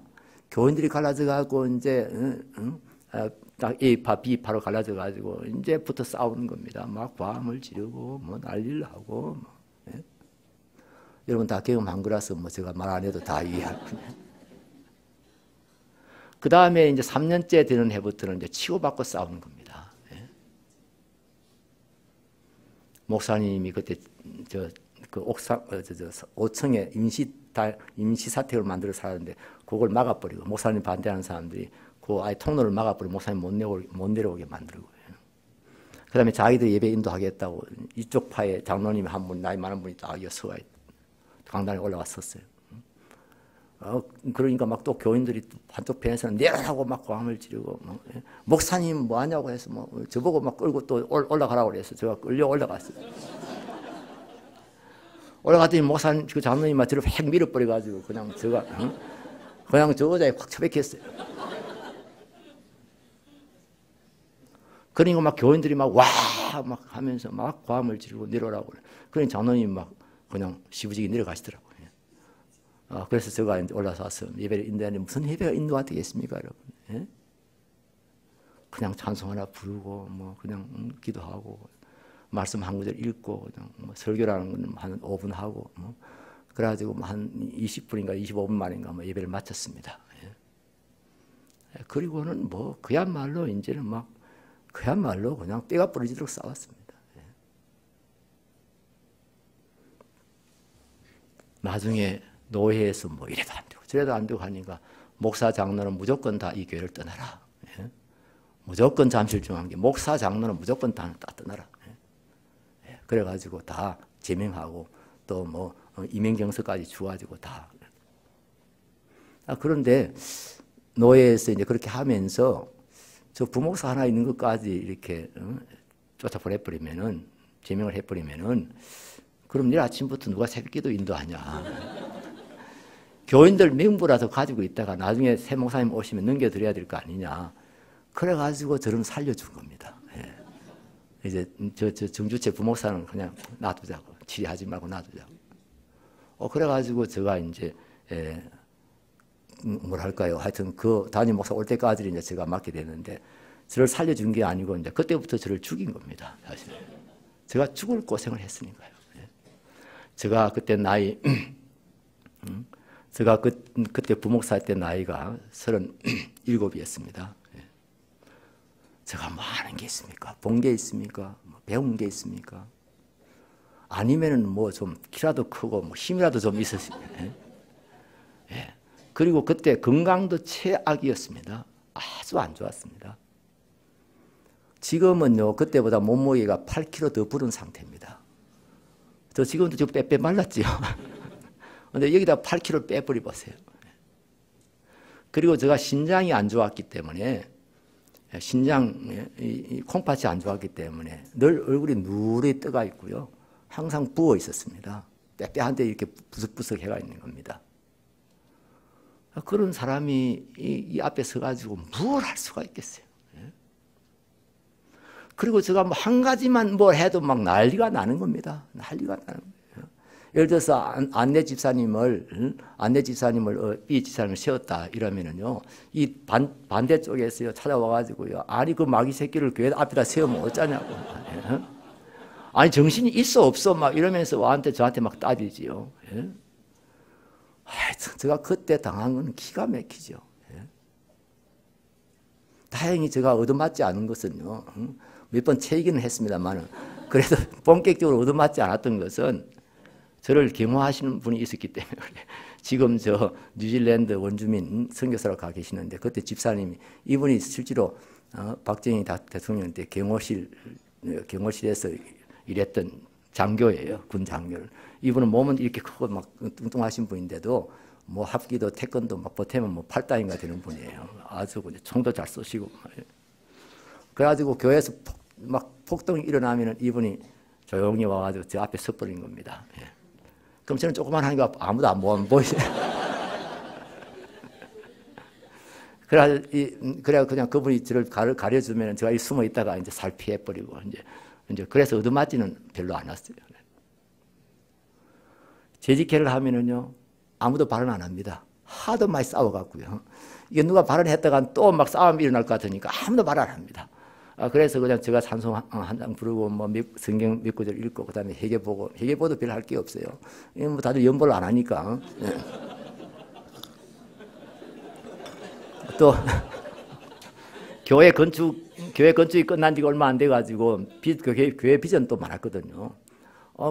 그러니까 이제 뭐 빚쟁이들이 딱 와가지고 이따 저 빚쟁이들이 딴 사람도 알고 되나 그 교인들이나 또 남의 교회 교인이거나 이런 분들인데 와가지고 회계부 가가지고 다 옆에 돌아섰다가 다들 10만 원, 20만 원이라도 받아가고요. 그래서 저는 사리금을 못 받아가지고 애들 그때 애가 셋이 우유값이 없어가지고 진짜 애 먹었습니다. 사리금도 뭐 줄 게 없어서 못 주는 안 주려고 안 주는 게 아니에요. 하여튼 그러니까 뭐 회계 보기 할 것도 별거 없고 그래 회계 보고 나면 그냥 마칩시다 이라고 마칩니다. 근데 그게 마친 게 아닙니다. A파는 C 집사님 집에 모이고 B파는 D 집사님 집에 모입니다. 재직회가 따로 모이는 겁니다. 따로 모여가지고 저 정목사 오라고 그래. 이래가지고 막 빗발치듯이 전화가 옵니다. 빨리 오라고. 그래 가면은요 저를 앞에 세워놓고는 막 청문회 하듯이 거기는 목사님 그걸 오늘 그 설교라고 했습니까? 용서하라고요. 당신이나 용서하소. 회개를 해야 용서를 하지. 뭐 이러면서 또 뭐 따지지요. 그리고 이제 아까 말한 대로 뭐 그런 사람을 갖다가 어떻게 청빙위원회에 넣을 수 있니 없니 뭐 안내위원이 어떠니 뭐 별별 소리를 다 하고 막 그리고 이제 막 이제 파죽이 돼서 돌아옵니다. 그러면 집에 또 막 전화가 막 빗발치듯이 와 있습니다. 왜 정모사 안 오냐고 말이야. 특별히 저쪽에 갔지. 왜 그쪽에만 가고 여는 안 오냐고. 그래가지고 막 집사람이 내가 들어가자마자 여보 지금 전화가 몇 번이나 왔어. 빨리 가봐. 완전히 파죽이 돼가지고 그래가 또 그거 갑니다. 그거는 더 세게 나옵니다. 그냥 목사 소리도 안 합니다. 그냥 야, 이 새끼야 막 이래 나옵니다. 그래서 그것도 누가 할 말이 있습니까? 제가 완전히 정말 녹초가 돼서 집으로 돌아옵니다. 월요일 새벽에 벌벌 기어서 새벽기도 나갑니다. 가서 몇 마디 하고는 그냥 앞에 와서 이제 기도를 하는데 앞에 앉아서 기도를 하는데 기도가 되겠습니까, 여러분? 한 마디 기도 못했습니다. 2달 동안요. 2달 동안. 하나님 앞에 원망만 하는 겁니다. 하나님, 제가 이 교회 개척했습니까? 응? 제가 무슨 죄가 있습니까? 제가 무슨 책임져야 될 게 있습니까? 내가 왜 이런 욕을 들어야 됩니까? 내가 왜 이런 모욕을 당해야 됩니까? 막 그런 생각만 나는 거예요. 분노만 일어나는 거예요. 그리고 어제 어떤 집사가 막 뭐라고 했는데 그때는 내가 다 한마디 야무지게 해줬어야 되는데 왜 그때는 아무 생각이 안 났어요. 집에 오니까 생각이 나는 거예요. 다시 갈 수도 없고 그래가지고 또 이번 수요일 날 모이면 또 무슨 일이 일어날 건데 그때는 내가 어떻게 대처를 해야 되고 무슨 말을 해야 되고 하여튼 그 시나리오를 스스로 만들어가지고 또 그 리허설을 해보고 막 그러면은요 시간이 2시간 가는 건 일도 아닙니다. 제가요 몸도 안 좋고 하기 때문에 새벽기도 나가면 한 30분 기도하고 개인기도 한 30분 하면 집에 들어옵니다. 대개. 30분 해도 엄청 길게 하는 것 같이 느껴집니다. 그런데 그런 생각하고 있을 때는요 기도는 한마디도 안 했는데요 시간을 왜 그렇게 잘 가는지요. 저 뒤에 우리 나이 많으신 권사님 지금 돌아가셨습니다. 그 권사님 뒤에서 저 갈 때까지 뒤에 저를 지키는지 하여튼 그 뒤에서 기도한다는데 저 들으라고 그러는 것 같아요. 아이고 뭐 하나님 아버지 저 젊은 종이 저렇게 눈물로 기도하는 것 보니까 하나님 우리 교회를 살려주실라나 봅니다. 저는 기도 한마디도 못하고 있는데 권사님은 제가 막 저렇게 어린 종이 눈물로 기도하고 있다고 막 이러 참 기가 막히죠. 네, 9월 달에 이제 그리 시작이 돼가지고 정말 11월 달 될 때까지도 제가 아무것도 못했습니다. 아무 기도도 못했고 설교도 못하고요. 왜 설교를 못했냐면 설교거리가 없고요. 첫째 그 목사님 막 어려울 때 결국 담임 목사님이 자꾸 이제 막 어려우니까 제가 설교할 기회가 많잖아요. 그래서 그동안에 뭐 좀 준비해놨던 거 다 써먹어버려가지고 그 다음에 분위기가 너무 안 좋잖아요. 뭐 설교 들어온 사람들이 아니니까요. 뭐 싸우러 온 사람들이니까. 그런 사람들 놓고 설교한다는 게 진짜 너무 힘들죠. 예? 그리고 어떤 집사님, 저를 미워하는 집사님이 좀 더 뒤에 앉든지 딱 요 앞에 앉아가지고 껌을 씹습니다. 그러다가 자기 듣기 싫은 말을 하면 앙앙앙 이래요. 여러분 그게 그 기도가 되겠어요, 여러분? 뭐 설교가 되겠어요? 막 머리가 하얘져 버리죠, 다 그냥. 그런데 11월 달이었습니다. 제가 날짜는 잊어버렸어요. 11월 달은 날, 그날도 마찬가지. 그날도 그런 생각을 하고 있어요. 막 고민하고 막 하나님 원망하고 막 내가 언제 어찌 되나 막 이런 생각도 하고 이 교회가 앞으로 어찌 될 거나 뭐 별별 생각이 다 드는 거예요. 그러고 있는데 갑자기 저 마음속에서 그런 하나님이 질문을 하시는 것 같아요. 야, 정주채, 너 지금 뭐 하냐 지금? 너 지금 뭐 하고 있냐? 너 왜 그렇게 긴장하고 있냐? 너 왜 그렇게 갈등하고 있냐? 네가 정말 교회를 위해서냐? 정말 나를 위해서냐? 막 이렇게 막 질문이 막 쏟아져 나오는 거예요, 마음에서.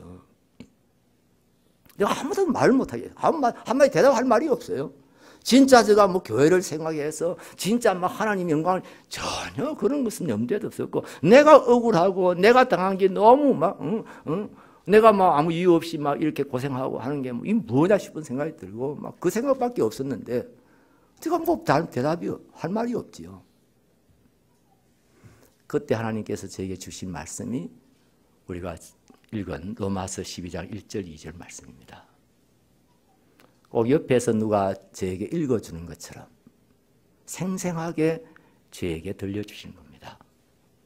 그러므로 형제들아, 내가 하나님의 모든 자비하심으로 너희를 권하노니 너희 몸을 하나님이 기뻐하시는 거룩한 산제물로 드리라.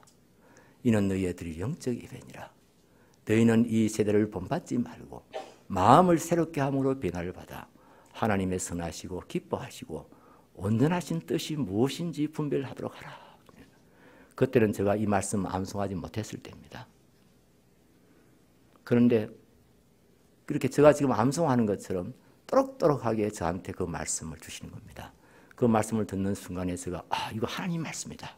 하나님이 지금 하시는 말씀이다. 막 그런 두려운 생각이 갑자기 들더라고요. 그래서 제가 장의자에서 내려와서 무릎을 꿇었습니다. 하나님, 순종하겠습니다. 저를 제물로 주님 앞에 드리겠습니다. 제가 헌신한다고 목사가 됐는데 지금 헌신해야 될 때라면 정말 저 자신을 드리겠습니다. 그리고 이제부터는 사람들의 말 듣지 않겠습니다. A파 사람들 말도 B파 사람들 말도 안 듣겠습니다. 제가 기도하고 이것이 하나님의 뜻에 합하다 옳다고 생각이 되면 하나님 뜻대로 하겠습니다. 제가 그렇게 하고 나니까요, 마음에 그 오는 자유함, 그 해방감, 그 아침에 그 벅찬 해방감, 제가 그때 정말 큰 체험을 했습니다. 저도 모르게 손을 들고 제가 찬송을 불렀습니다. 예수 결박 푸셨도다, 죄의 결박 푸셨도다, 모든 결박 푸셨도다, 나는 자유해 모든 영광 하나님께, 모든 영광 하나님께, 모든 영광 하나님께, 나는 자유해. 제가 있는 힘을 다해서 이 찬송을 불렀습니다. 저는 그때까지만 해도 모든 영광 하나님께 하는 거하고 내가 자유하는 거하고 무슨 관계인지 몰랐어요. 그런데 그날 아침에 제가 깨달았어요. 정말 우리가 모든 영광 하나님께 진정으로 고백하면 나에게 진짜 자유가 온다는 것을 제가 그날 아침에 깨달은 거예요. 우리는 죄에서 해방된 사람들이고 모든 묶임과 모든 매임에서 해방된 사람들이에요. 주님께서 우리를 해방시키셨어요. 그런데 저는 저 자신에게 매여서 저 자신의 그 자존감, 저 자신의 어떤 멸시당한 거, 저 자신의 장래 문제 이런 것에 매이고 눌려가지고 그렇게 갈등하고 고통하고 했던 거예요. 제가 그날 아침 이후로요 엄청 제가 담대해진 거 있죠. 뭐 경상도 말로 하면 겁이 없어진 거 있죠. 완전히 겁이 없어요. 와, 그것도 제가 특별히 체험한 거예요. 그랬어요. 그 다음에는요, 그 소위 A파 모였는데 그분들은 조금 그래도 저에 대해서 좀 동정적인 분들이. 근데 그분들이 모였을 때 제가 갔어요. 오라 하는데도 안 하는데 갔어요. 가지고 제가 그랬어요. 앞으로 저를 부르지 말라고. 그리고 뭐 할 이야기 있으면 교회에서 하시라고. 이젠 저를 뭐 오라가라 하지 말라고. 내가 불러도 이제 안 온다고. 그리고요, 여러분들은 지금 저쪽 분들 갖다가 아주 뭐 나쁜 사람들이고 아주 뭐 악한 사람들이라고 생각할지 모르지만은 내가 볼 때는 50보 100보라고. 내가 봐도 50보 100보인데 저 위에 계시는 하나님 내다보시면 뭔 차이가 있겠냐고. 여러분 스스로 의인 취하지 말라고. 딱 일서 나왔어요. 한 3년 후에 들은 이야기입니다만 지금 장로님 은퇴하셨습니다.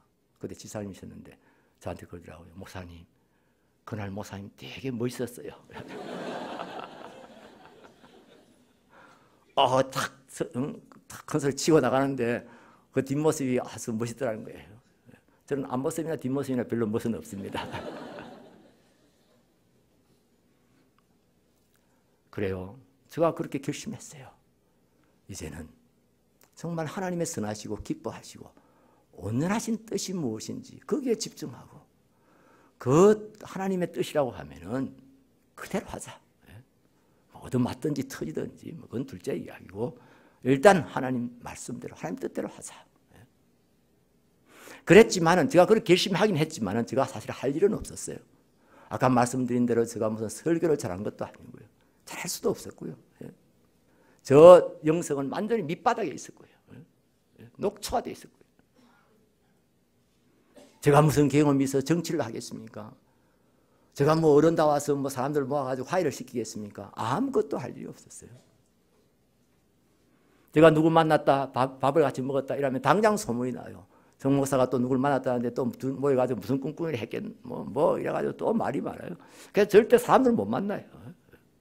그리고 저 또 몸이 안 좋아가지고 주일날 설교 한번 하고 나면 파죽이 돼가지고, 집에 와서 그냥 가만히 누워있으면 이제 수요일날 좀 되면 좀 깨나요.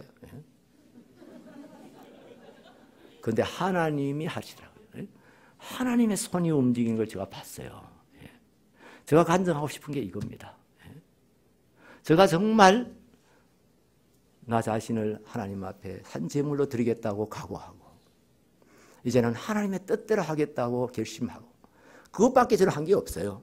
결심밖에 한 게 없는데 하나님께서 일을 하시더라니까요. 소위 저를 아주 이제 아무래도 평이 갈라져 있으면 한쪽에서는 좋아하고 한쪽에 좋아하면 한쪽에서 미워하고 그러잖아요. 되게. 이제 그러니까 저는 죄도 없는 사람인데도 하여튼 제가 영지가 없다는 말은 아니고요. 자기들을 봤을 때. 근데 하여튼 이쪽에서는 좀 저에 동정하는 편인데 저쪽에서는 저를 미워해요. 근데 그 소위 이제 미워하는 쪽에 이제 이 오야봉이 있어요. 근데 장로님들은 다 뭐 이제 교회를 못 나오게 하니까 이제 교회 못 나오니까 집사님 한 분이 이제 장로로 피택됐던 분이에요. 그때 아직까지 임직을 못 하고 그분이 하여튼 저에게 엄청 나쁜 짓 많이 했어요. 하여튼 뭐 저 턱을 탁탁탁 치고요. 이러면서 뭐 하여튼 내가 그런 말은 여러분의 말 드릴 수가 없어요. 너무 참혹한 이야기라서. 제가 그랬어요. 그때 집사님. 언젠가 우리도 서로 용서하고 화해할 때가 올 겁니다. 언젠가는 올 겁니다. 그런데 그때 아마 저는 집사님을 용서할 수 있을 겁니다. 그런데 집사님이 자신을 용서 못할 겁니다. 내가 그랬더니요. 목사 새끼들은 말은 잘한다고. 내가 생각해도 말 잘했어요. 그런데 어느 날 그분이 저를 찾아온 거 있죠. 사과를 한 박스 사가지고 제 집을 찾아온 거예요. 이건 진짜 뜻밖의 일이에요. 찾아와서 저보고 그러는 거예요. 목사님 죄송합니다. 제가 잘못했습니다. 저는 이 교회를 떠나겠습니다.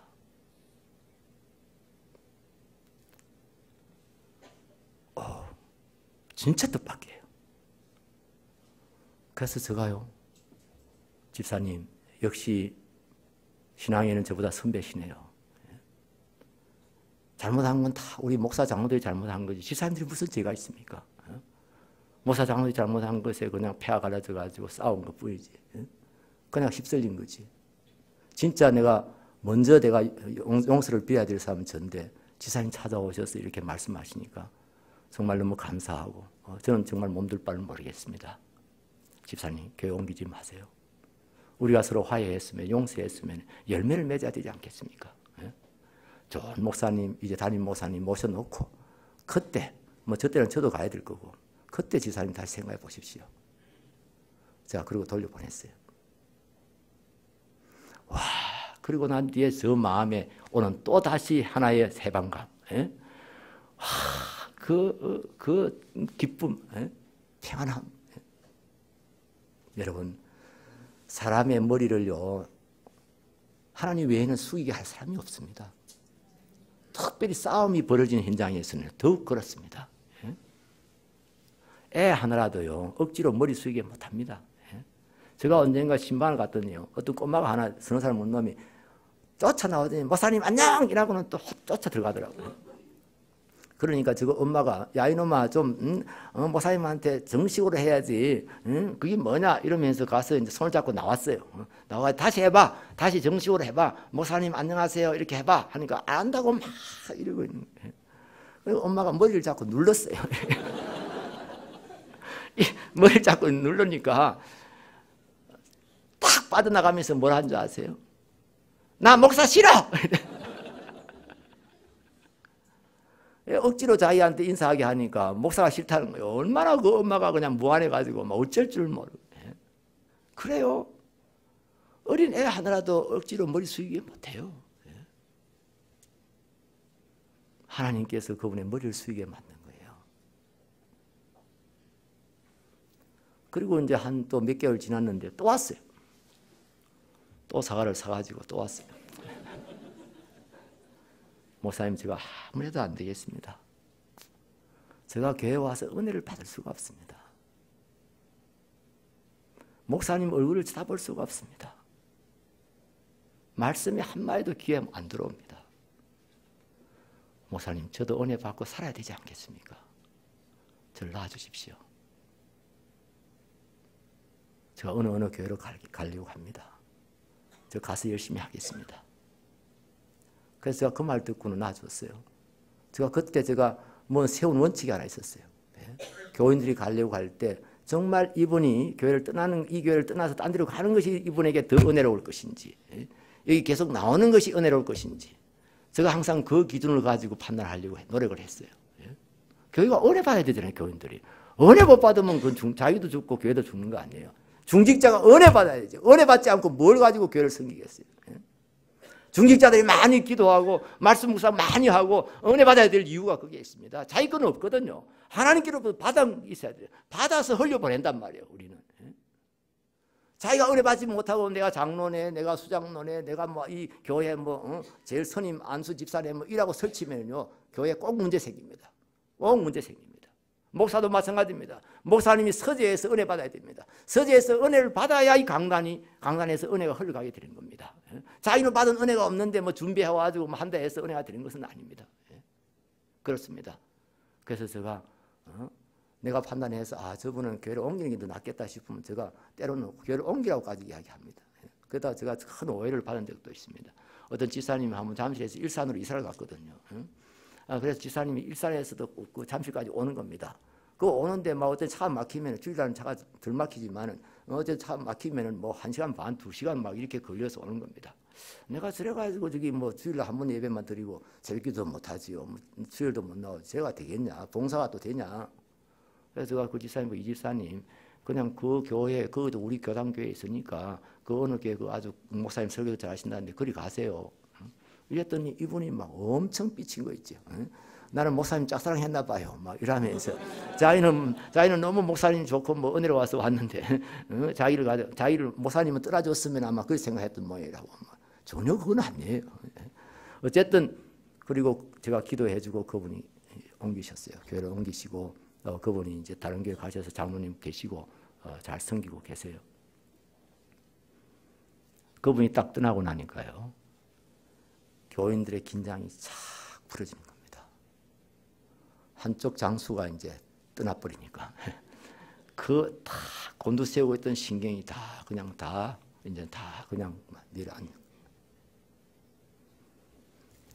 제가 말씀드리고 싶은 것은 우리가 진심으로 정말 우리가 올바른 믿음으로 우리 주님을 주님 되게 하고 우리가 무슨 일을 하든지 하나님의 선하시고 기뻐하시고 온전하신 뜻이 무엇인지 그것을 생각하고 그것을 위해서 기도하고 그걸 분별하고 그렇게 나가시면 하나님께서 일하신다는 겁니다.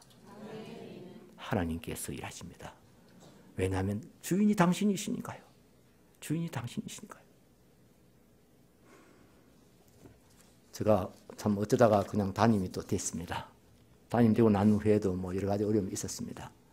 그런데 저는 아까 말씀드린 대로 겁이 없어졌기 때문에 어떤 일이 일어나도 제가 요동하지 않았습니다.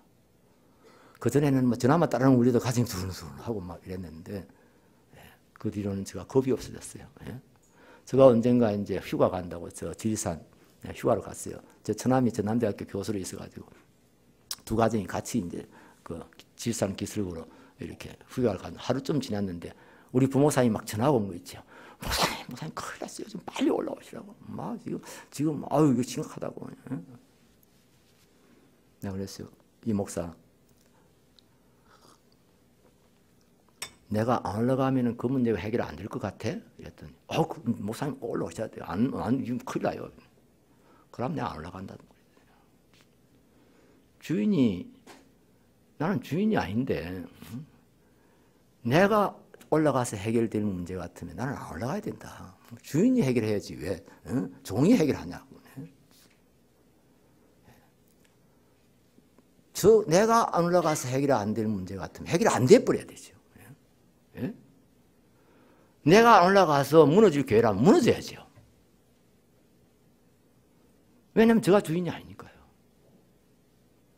주인이 맡으셔야죠. 그때 우리 이 목사님은 저를 많이 오해했습니다. 자기 휴가는 저렇게 중요하고 교회는 교회는 우습게 생각하는가 오해했을 거예요. 그러나 저는 그때 정말 저에게는 그런 믿음이 있었기 때문에 주인이 하시지, 주인. 정말 우리가 주인을 바로 알고 그 주인에게 무릎 꿇고 그 주인 잘 섬기면은 우리의 주님께서 우리를 날마다 새롭게 하시고 능력 있게 하시고 정말 타다 남은 부적갱이 같은 저희들이지만 우리를 통해서 위대하신 하나님의 역사를 이루실 줄로 믿습니다. 기도하겠습니다. 하나님 아버지 감사합니다. 이런저런 모양으로 하나님께서 또 새로운 교회를 세우셨습니다. 사랑과 은혜를 주신 하나님께서 사랑과 은혜를 사모하는 종들을 모아 이 교회를 세우셨습니다. 하나님 아버지, 성령으로 말씀으로 함께 하셔서 정말 이 교회가 사랑의 교회, 은혜로운 교회가 되게 하여 주옵소서. 정말 주님 중심으로 확실하게 서게 하여 주옵소서. 하나님 중심의 교회, 말씀 중심의 교회가 되게 하여 주옵소서.